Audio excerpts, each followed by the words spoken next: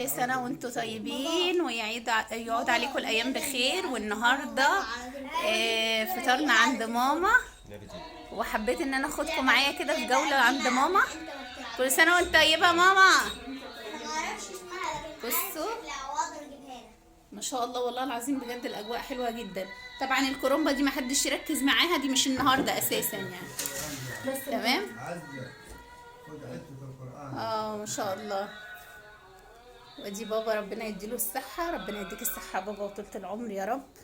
معلش الإضاءة هنا ضعيفة شوية. كل سنة وانت طيب يا بابا، وربنا يخليك لينا ويديك الصحة يا رب. وربنا يرزقكم ويحوجكم يا رب يا رب، اللهم امين يا رب، اللهم امين. ومعنا حموشي طبعا العسل بس تعبان النهارده. حمو تعبان النهارده فمقريف ومش عايز يكلم حد خالص. كل سنة وانتم طيبين، ويعود علينا وعليكم الأيام بخير يا رب. ايه يا ماما، كل سنة وانتي طيبة. كل سنة وانت طيبة يا حبيبتي يا رب. يعود عليك الأيام بخير. وانت بخير يا رب، اللهم امين. تفرحي بأولادك وتسلمهم لك يا رب، ونبقى متجمعين دايما في الخير يا رب يا رب، اللهم يا رب. امين. نتجمعوا دايما، ما يحرمناش من اللمة ده. النهارده فطرنا عند ماما، وامبارح كان فطرنا عند مامة هيما. ها هيما، كل سنة وانت طيب يا عموري. كل سنة وهم طيبين. كل سنة وانت طيبة يا توفة. وطبعا معانا أميرة اهو. ها، كل سنة وانت طيبة. كل سنة وانت طيب يا بابا، ربنا يديك الصحة وطولة العمر.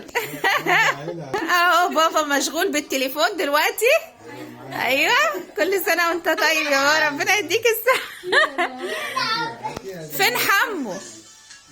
بصوا بابا مشغول بيجيب ألعاب عشان الولاد. بصوا كان عايز ينزل يمشيهم عشان يسهيهم شوية عن الصيام عشان صايمين السنة دي، فقال يجيب لهم حاجة على الموبايل كده عشان يسهيهم بيها. ربنا يديك الصحة يا بابا ويخليك لينا يا رب، ويخليكي لينا يا ماما ويديك الصحة. يبارك فيكم ويبارك في أولادكم ويبارك في عمركم ويخلي لكم رجالتكم ويهديكم على بعض يا رب. يا رب يا رب، اللهم امين. وبصوا بقى هدية أميرة أختي لماما وبابا بمناسبة رمضان. الله، عملت لهم الفانوس ده من ناحية اسم بابا، ومن الناحية التانية عاملة اسم ماما. بصوا شكله بجد والله العظيم تحفة تحفة تحفة.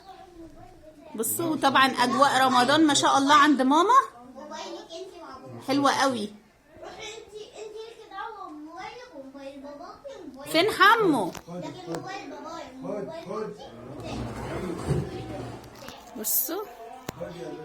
والنهارده الاكل برعايه اختي الهام بقى. فايه يا الهام النهارده بقى بتعملي لنا ايه كده؟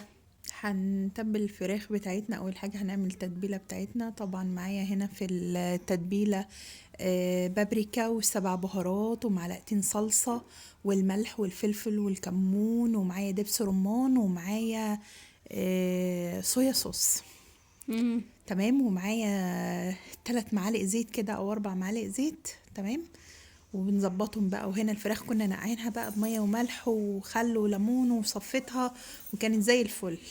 ورجعنا بقى ظبطنا التتبيله كده مع بعضها، ورحنا متبلين بيها الفرخه كده من جوه ومن بره. وهنلفها بورق الاسترتش ونحطها في التلاجة. احنا كنا بنعملها الصبح بدري خالص عشان تاخد بقى براحتها كام ساعة كده، على ما يجي ميعاد الفطار قبل الفطار كده بساعتين ولا حاجة نبدأ نحطها علشان تتشوى معانا في الفرن. ايوه، عشان ما اقول لكمش يوم العزومه عند ماما ده انا بصراحه بتدلع يعني. انا جيت ما حطيتش ايدي في اي حاجه عشان اكون صريحه معاكم يعني. جت تاكل بس. جيت عشان اكل، هما مش عازميني عشان اكل. لفتها بالاسترتش هنا. وبعد كده حضرت بقى معايا جزر ومعايا بطاطس مكعبات كده، ومعايا بابريكا وملح وفلفل وكمون و7 بهارات. وتبلت بقى الخضار بتاعي كده، ومعايا بصلايه كبيره قطعتها مكعبات. وتبلت بقى الخضار بتاعي اللي هحطه مع الفرخه بتاعتي. ايوه تمام. طبعا كنت عامله لهم ممبار. وعامله هنا بقى جهزت الحله. عارفين الحله اللي هي بتاعت الكيكه؟ عارفين الحله بقى بتاعت الكيك اللي هي مخرومه كده من النص، اللي هي حطيت فيها فورمة الكيك اللي هي فورمة الكيك المفرغة مفرغه في في النص. المفروض ان هو في نوع مش مفرغ، فانا ما عنديش، عندي دي. حطيت بقى ايه ورقه فويل كده ورحت مقفلاها وحطيت عليها ورقه زبده وقمت ملبسه فيها الفرخيه. يعني مدخلاها بدل كده ما إيه؟ الناس اللي بتحط الفرخة على ازازة، فيعني الهام افتكست جديد بقى وراحت أيوة، عاملاها عملتها في الحلة دي. عشان تعرفوا فايدة فورمة الكيك يا جماعة، مش للكيك بس اهو، بتعمل الفراخ المشويه كمان. بتطلع فراخ اهي، المكنة طلعت فراخ. بعد كده نبدأ ننزل الخضار بقى حواليها. بصوا زي ما انتم شايفين، والصوص بقى اللي كان ايه معايا نزلته على الفرخة، وشايفين دلعتها وما اخترتها. بصوا ما شاء الله، عمالة تلف يعني بترقص مش عايزة لنا اقول لكم. في الاخر بعد كده حطيت لها ورق زبدة. تمام.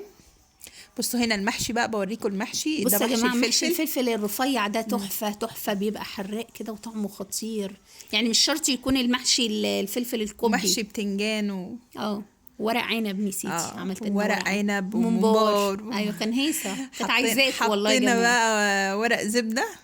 شيصتها والله، دلعتها في اليوم ده. بص عشان الفويل ما يتفاعلش مع الاكل وكده، فهي حطت ورق الزبدة الاول وفوق منها الفويل. وكنت مسخنه الفرن بقى، مولعه الفرن كده ومسخناها. تمام. ونزلت بقى بالفراخ بتاعتي ودخلتها الفرن. وهنا بصوا في مرحلة السوا بقى بدأ الكلام هنا بقى الجامد دخلت تتفرج بقى وتصور. بصوا بعد ما الفلفل طلعنا. والممبار، وكانوا عاملين لحمة بس احنا ما جبناش طريقة اللحمة. طبعا اللحمة عادي مسلوقة ومتحمرة، يعني ما كانش فيها والبتنجان افتكاس بقى وايه. ودي البتنجان كان بصراحة خطير. وايه تاني؟ كنا عاملين سبانخ خضرة. كنا عاملين سبانخ. طريقة السبانخ دي طريقة ماما، يعني طريقة صعيدي. بصوا هنا الفرخة هي وقاعدة باشا جوه الفرن. ولا الفلفل ده يا جماعة تحفة تحفة بجد. بصوا وطعم الخضار ده اخد بقى من التتبيله بتاعت الفراخ والبهاريز بتاعت الفراخ. طعمه بجد احنا والله ما حطيناش ولا حاجه ولا زيت ولا اي نقطه. هو احنا نزل كله هو اصلا تسوى بالبهاريز بتاعت الفراخ اللي نزلت من الفراخ. كان طعمه تحفه جدا الخضار ده. بصوا بقى فطرنا. بصوا بقى ده الفطار ده كان لبابا والجوزي، لابراهيم جوزي، واحنا فطرنا جوه عشان طبعا السفره مع الولاد ما كانتش هتكفينا كلنا يعني. فانا جبت لكم المقطع بتاع بابا، احنا كنا لسه ما حطيناش الاكل بتاعنا. صحه وهنا على قلبهم ويا رب. ويوم جميل يا جماعه. يوم النهارده كان جميل جدا. وما تنسوش الاشتراك في القناه وتفعلوا الجرس عشان يوصلكم كل جديد. وطبعا هنا بتفرجكم على الفانوس اللي عملته اميره اختي لبابا وماما. بابا وماما بمناسبة كل رمضان. كل سنة يا رب وهم معانا، وكل سنة وهم طيبين، وكل سنة واحنا كلنا متجمعين والعيلة كلها بخير وبصحة وسلامة يا رب ان شاء الله. اللهم امين يا رب، اللهم امين. وكل سنة وانتم طيبين يا حبايبنا. ويا رب كده يعود عليكم الايام بخير ويجعل رمضان خير عليكم. وما تنسوش اللايك والاشتراك في القناة. مع السلامة.